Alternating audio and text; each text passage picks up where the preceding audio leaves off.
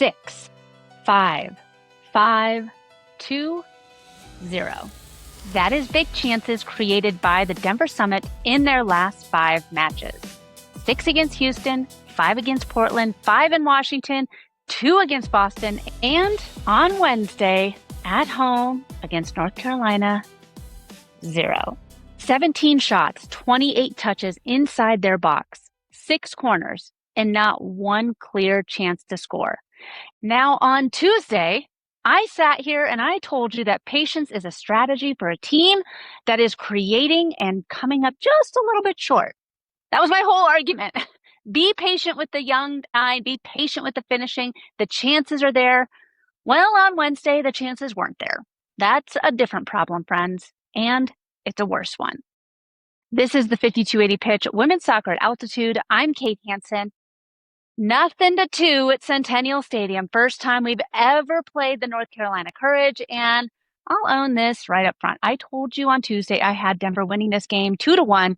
I said it was a must win. I said I wanted to see someone from this forward group put the ball in the back of the net, and we got nothing. 0 goals, 0 points, and our goal difference just flipped to the negative for the first time all season. So today, the recap, and I'm not going to be gentle with it.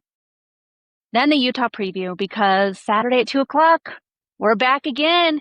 And there is some major news from the NWSL that I want to be talking about. Something huge for NWSL, the first time in NWSL history.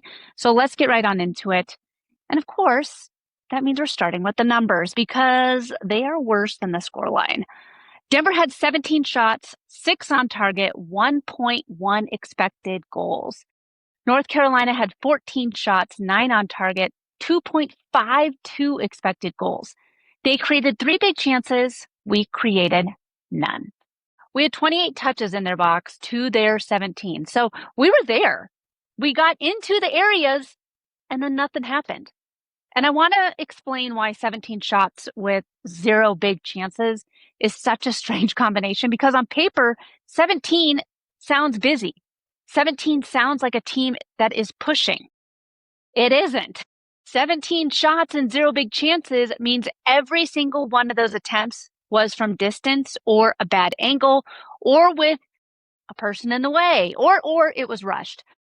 Over 90 minutes at home, you usually stumble into one good look by accident, but we didn't.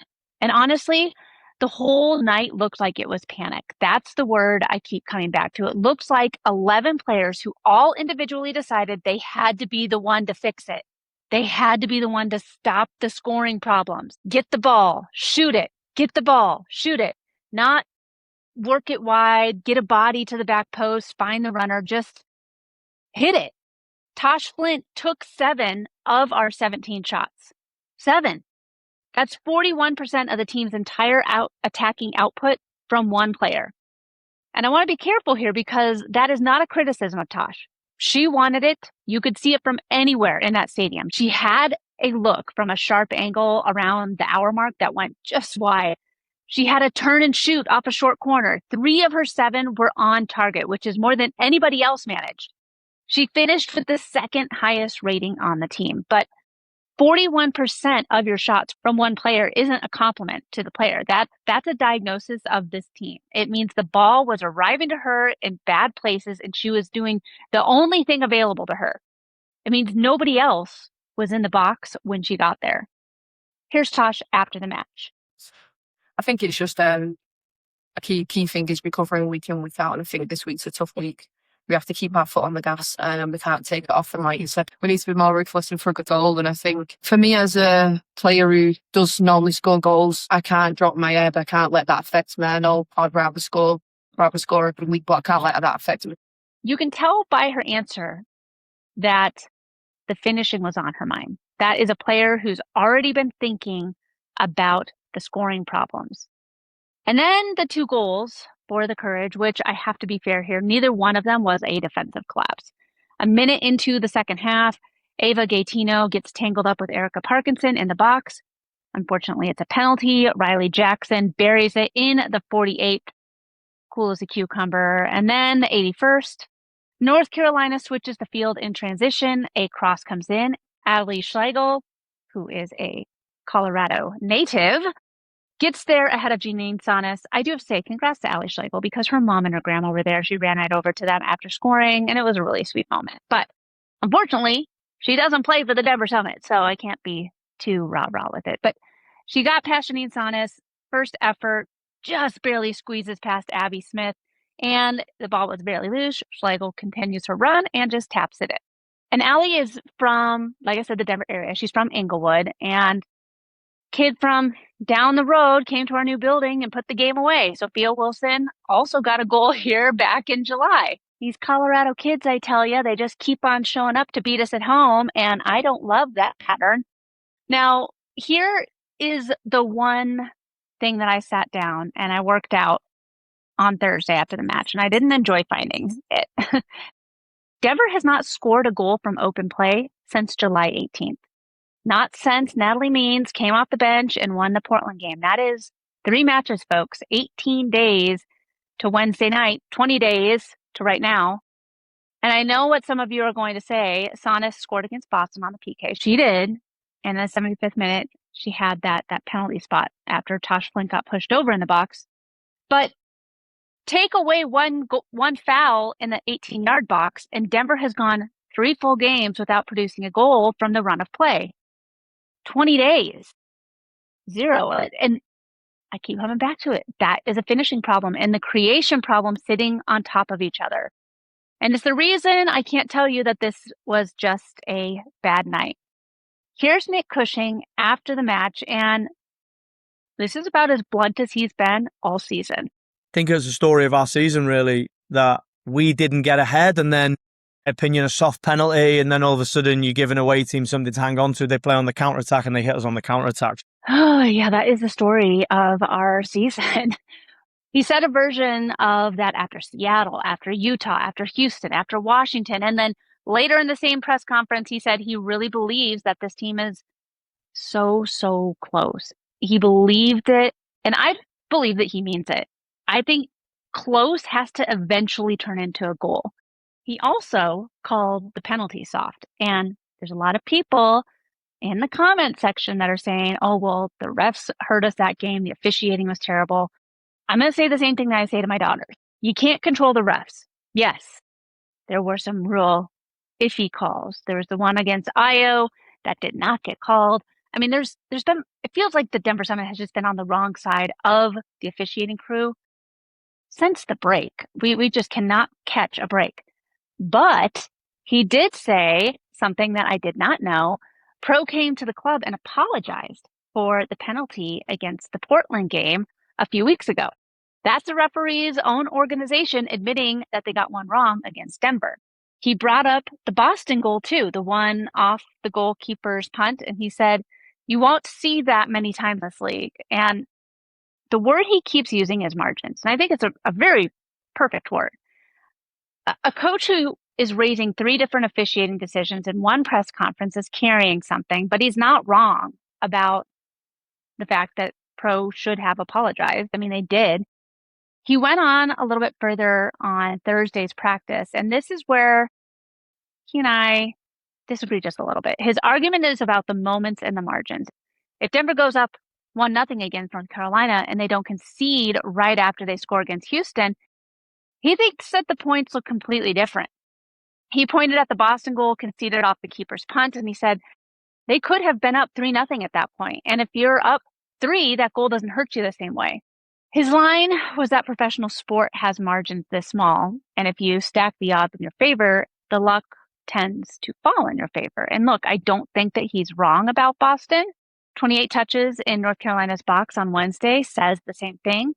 But luck is not a variable when you're creating and not converting. That's the story of April, May, and June for this team. And he was right about it every time he said it. 0 big chances isn't luck. You cannot get unlucky with a chance that you never made. And that's why I can't file Wednesday under just the bad breaks column. Now let's look at the full season picture, because this is the part that I think stings a bit. We're at 5 wins, 5 draws, and 7 losses. 20 points from 17 matches. That's 1.18 points per game. Folks, it's not a playoff number. Our goal difference went from +1 to -1 on Wednesday. That is the first time it's been negative all year. We're 11th, level points with Boston, who has played one more game than us. And here's the one that I want you all to sit with. On the season, Denver has scored 22 goals from 26.79 expected goals. That's 4.79 goals we should have scored and didn't. Almost 5 goals left on the table. In a league that is this tight, 5 goals is the difference between 11th and 6th.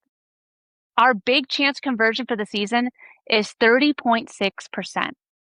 Didn't move on Wednesday because you can't miss chances that you've never created. All right, doom and gloom section of the podcast is over. I do want to talk about some of the positive things. First of all, thank you to everyone that's listening and sharing the show. We've been getting a massive boost in downloads. So you know what you do when you leave a review, you share it, you follow, subscribe. You're helping the algorithms tell more people that women's sports matter. And it's pushing it out to more listeners. So thank you for leaving reviews, subscribing, all the things. Let's talk about the good that we saw on the field on Wednesday. Iowa was the best thing on the field for the Denver Summit, in my opinion, on Wednesday night. She played like she was personally offended by the scoreline in everything, defending, carrying, getting forward. She had that opportunity for that penalty, which I think should have been called, when she got pushed from behind and the contact ended up just outside the box. Nothing came from it, unfortunately, but she was in a position to win it because she was the one making the run. Tash was asked about her after the game, and this was the warmest thing anybody said all night. On the pitch, is a fast, strong, not only a defending player, but she gets on the attack week in, week out, and I think she's building a game and she's growing massively as a player. The thing about Io, she's not only a defending player, she gets forward every single week, and she's been doing it without much to run onto. I think that Io has grown a lot this season already, and it's been really exciting to see her continue to find her stride from that right back position. Io, to me, was the standout player of the match. Another standout player, our friend Abby Smith, 7 saves, highest rating on the team. Again, I've said this so many times this season that I feel like I'm a bit of a broken record, but our goalkeeper keeps being the reason that a bad night isn't a worse one.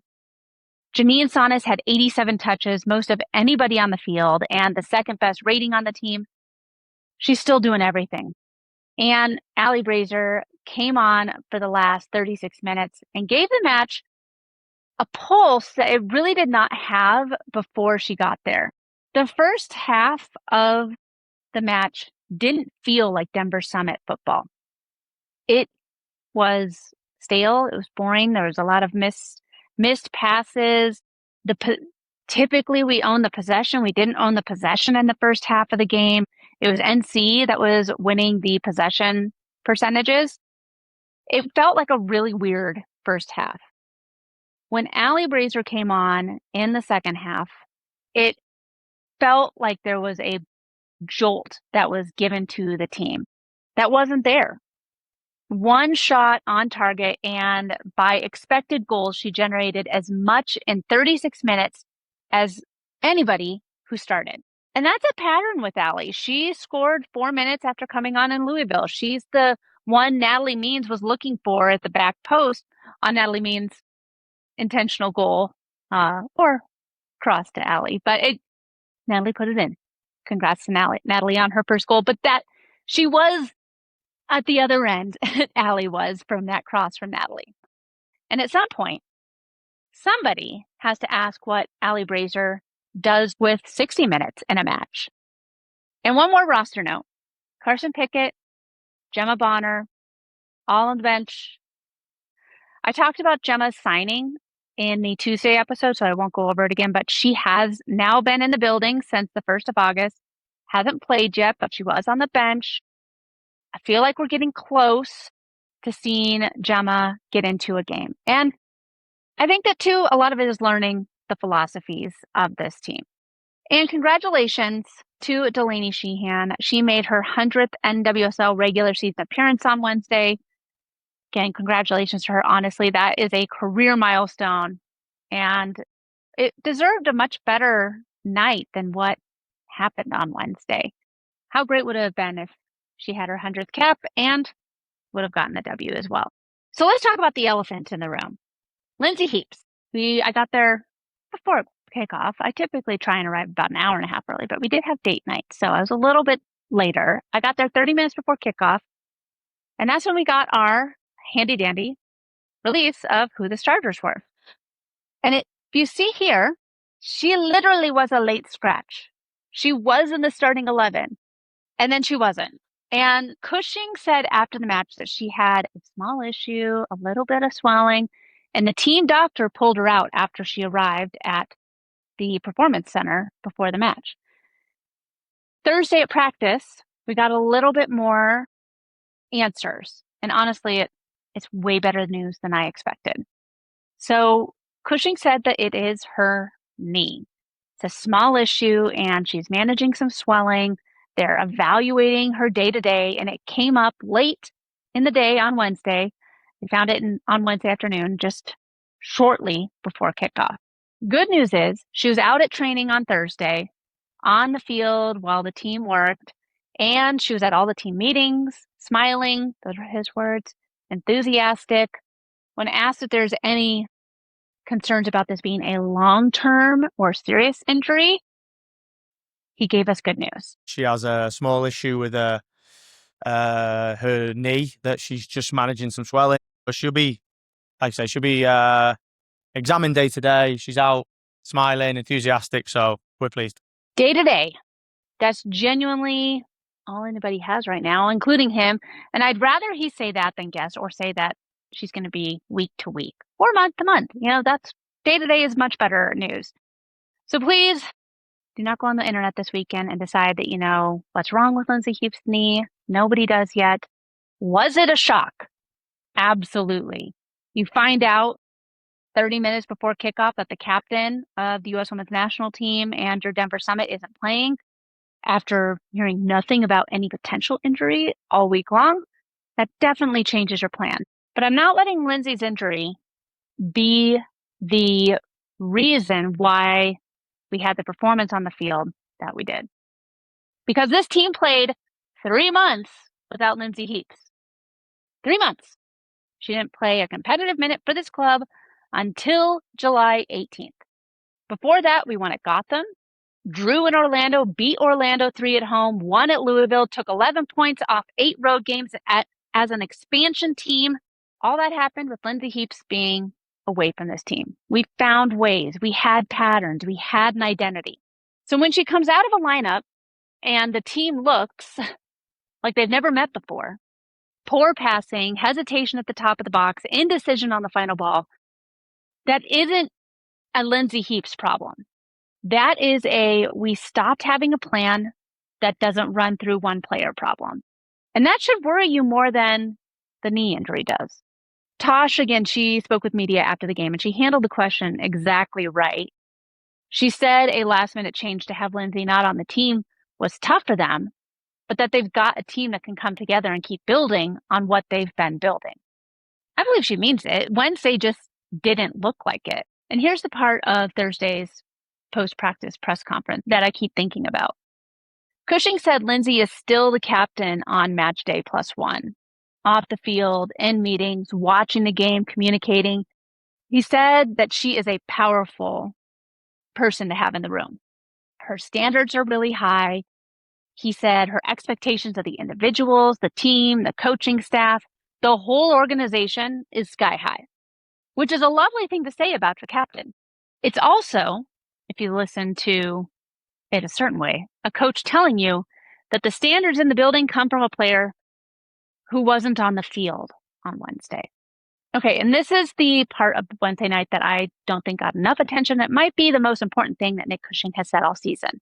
He was asked about the roster, and he told the room to go back and read between the lines of what he said after the Washington game. There are two ways that you can accelerate the progress of a team. That is a really significant one. And we're really lucky that the window is open. The one thing I can say, and the one thing I will say, is I'm really content with the way that the club works. From ownership right the way through front office, GM, there is a real determination. It's difficult. It's so difficult to try and bring in players of the level that we want to bring in. We are working, really working to try and make it happen. And I'm confident that we will. So let me translate. 2 ways to accelerate a team: develop the players you already have or go buy better ones. He just told you the second one is on the table, that the window is open, that ownership and the front office and Kurt Johnson are all pushing, and that bringing in players at the level Denver wants to is hard, but it's going to happen. Gemma Bonner came in on that 1st of August, so that's already started. And here's why this changes how I read the last 3 weeks. On Monday, Cushing said he didn't need to see anything more from Melissa Kussler or Olivia Thomas in training, that patience was in the plan and that one goal changes everything for a young number 9. Then Wednesday, he says he's working the window and he's confident. Those two things can both be true, but put together, they read a little bit differently, right? So patience with the young players you have and a phone that's ringing about the ones that you don't. I'm not going to pretend like I know who. I don't. Nobody outside that building does. But if you've been frustrated watching this team create and not finish, the head coach is telling you he's frustrated too. And that he's doing something about it that doesn't involve waiting. Up next is another match. Saturday, 2:00, Centennial Stadium. Utah Royals. It's going to be on Ion. It is the 3rd home game this week. It's going to be a hot one again. So plan accordingly with the hats and the sunscreen and the water bottles. Bring more than you think you need. This is the second leg of the Continental Divide rivalry. Utah won the first one, 2-1 back in May, out in Utah, and the expected goals in that match were 156 to 124. That was a close game. This one's harder. Utah is coming in 3rd in the table on 33 points. They put 5 past Portland on Sunday. They won 4-1 at North Carolina back in July. 9 points from their last 5. We've got 5 from ours. But here's the thing I found in the numbers that I think gives us a real shot. So stay with me, because I know that I have been super homer as of late. Guys, I really thought that it was 7 points was possible for this week. I thought maybe a draw with Utah. And I really believed that NC and Boston were games that we should have won. So don't call me homer just yet. Utah is running way ahead of itself. They're 3rd on points, but they're 6th in the league on expected goal difference. Their goal difference is 5.5 goals better than their underlying numbers say. We, Denver Summit, are the opposite. 11th in points, 10th on expected goal difference, running almost 2 goals behind what we should have. So on process, this is a much closer game than 3rd versus 11th sounds, which, if you've been with me for a while, is exactly what I told you before the Portland game. And guess who won that one? Denver Summit. Now here's the part that I can't spin. Denver is worse at home than on the road. 8 home matches, 2 wins, 3 draws, 3 losses, goal difference -3, 1.12 points per game. 9 away matches, 3 wins, 2 draws, 4 losses, goal difference +2, 1.22 points per game. We're better on the road. In year 1 at altitude, in front of the loudest fan base in the league, I believe. I've been saying since July that something happens to this team when they walk into their own building. And 17 matches in, the numbers also say it. And Utah does not care where they play. Their away record is 4 wins, 3 draws, 2 losses, +6. It's identical to their home record. Venue is not going to be the difference maker on Saturday. 2 names to be on the lookout for this Utah match. If you're watching it, if you are going to the game, Chloe Lacasse, 6 goals, 7 assists, and she has affected the scoreline in 56% of her appearances this season. Mina Tanaka, 5-4, 53%. Utah has 2 players who can change games in more than half of the matches that they play in. Our best is co-captain Janine Sanis, who again is a defender, at 38%. And 3 of her 7 goals are from the penalty shot. The one that nobody is talking about is Kiana Palacios. Her output has gone from 0.30 to 0.85 over the last 5 matches. Right now, she is the sharpest riser in this entire fixture, and she scored in the first meeting between both of these clubs. So Tanaka, meanwhile, has gone the other way. We spend 90 minutes locked onto Tanaka and forget about Palacios. That is exactly how we get punished. And then the number that is the whole season in one line, Denver has created 49 big chances this year. Denver has created 46. That's nearly identical. Denver has converted 31% of them. Utah has converted 54%.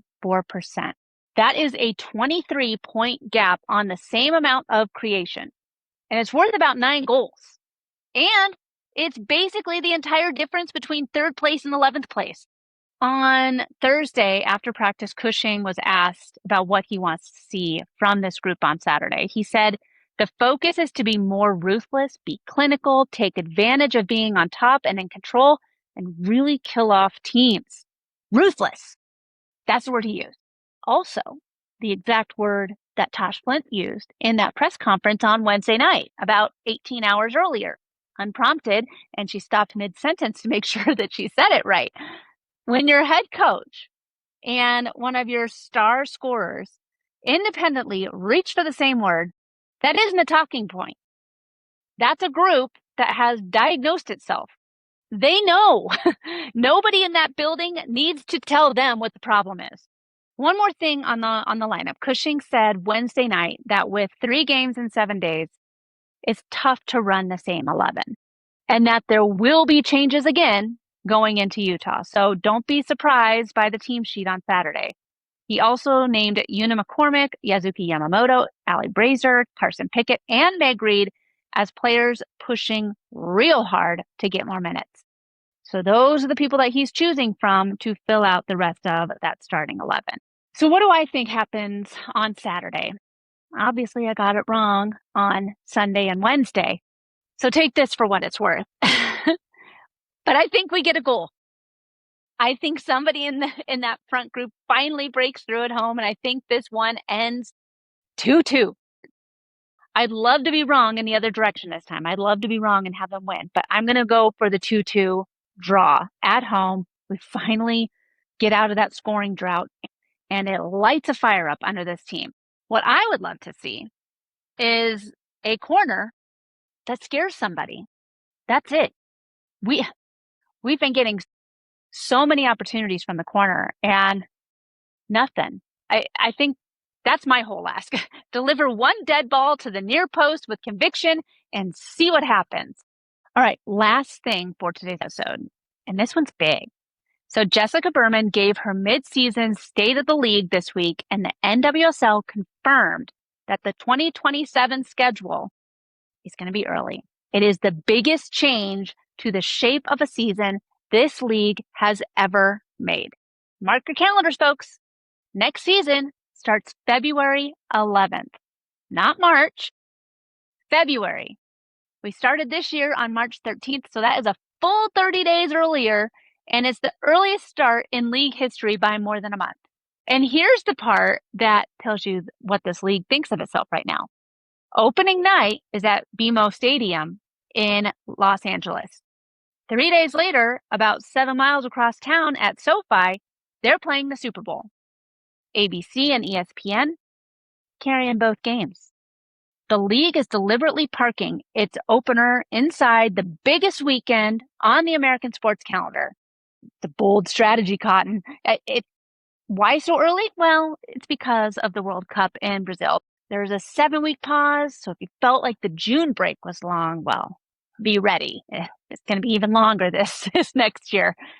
June 7th through July 25th can be covering the mandated player break and the FIFA Women's World Cup tournament. Still a full 30-game schedule. Regular season ends October 31st. Playoffs November 5th. Championship November 20th. Now, the cost. Our championship this year is November 21st. Players report to camp in early January. That's about 6.5 weeks of off-season. It is the shortest off-season in league history. So 3 things for the Denver Summit. Number 1, this club's first ever off-season is now the shortest anybody's ever had. Every roster decision, every signing, all the recovery from an expansion year, it's all consolidated into 6 weeks. Number 2, if the United States and Canada both qualify, let's be honest, they will. We will lose our co-captains of Lindsay Heaps and Janine Saunas for a good chunk of next summer. That's a planning problem. Good thing we have Iron Woman Kaylee Kurtz as our third captain, but that is something that the front office needs to be working on right now. And 3, if nobody's mentioned, February soccer in Colorado.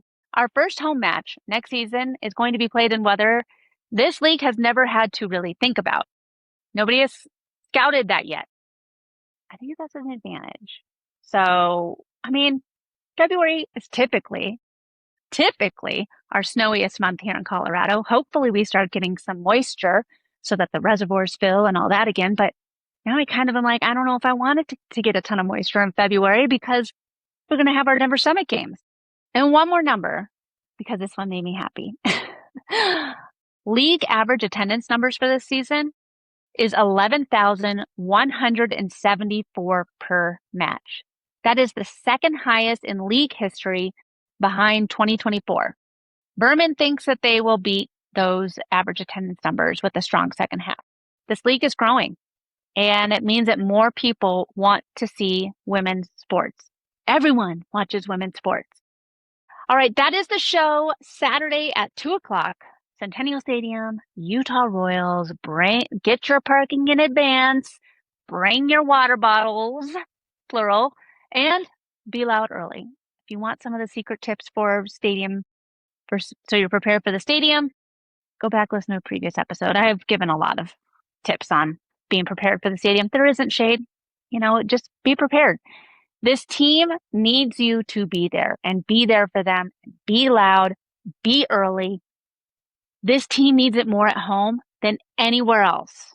And the numbers prove it.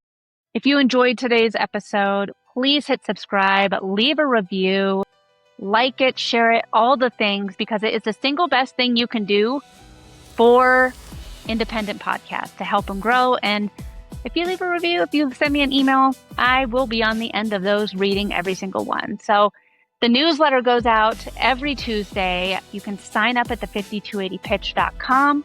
The merch store is up. It's open. There's a lot of fun merch on the website that you can show your support for women's soccer at altitude and help support the show. If you want to follow me on the socials, I'm on Instagram, Threads, Facebook at the 5280pitch. Tell me I'm wrong about the corners. If you have a different opinion, let me know. I would love to have some more conversations about the Denver Summit. So I'm Kate Hanson. This has been the 5280 Pitch, women's soccer at altitude.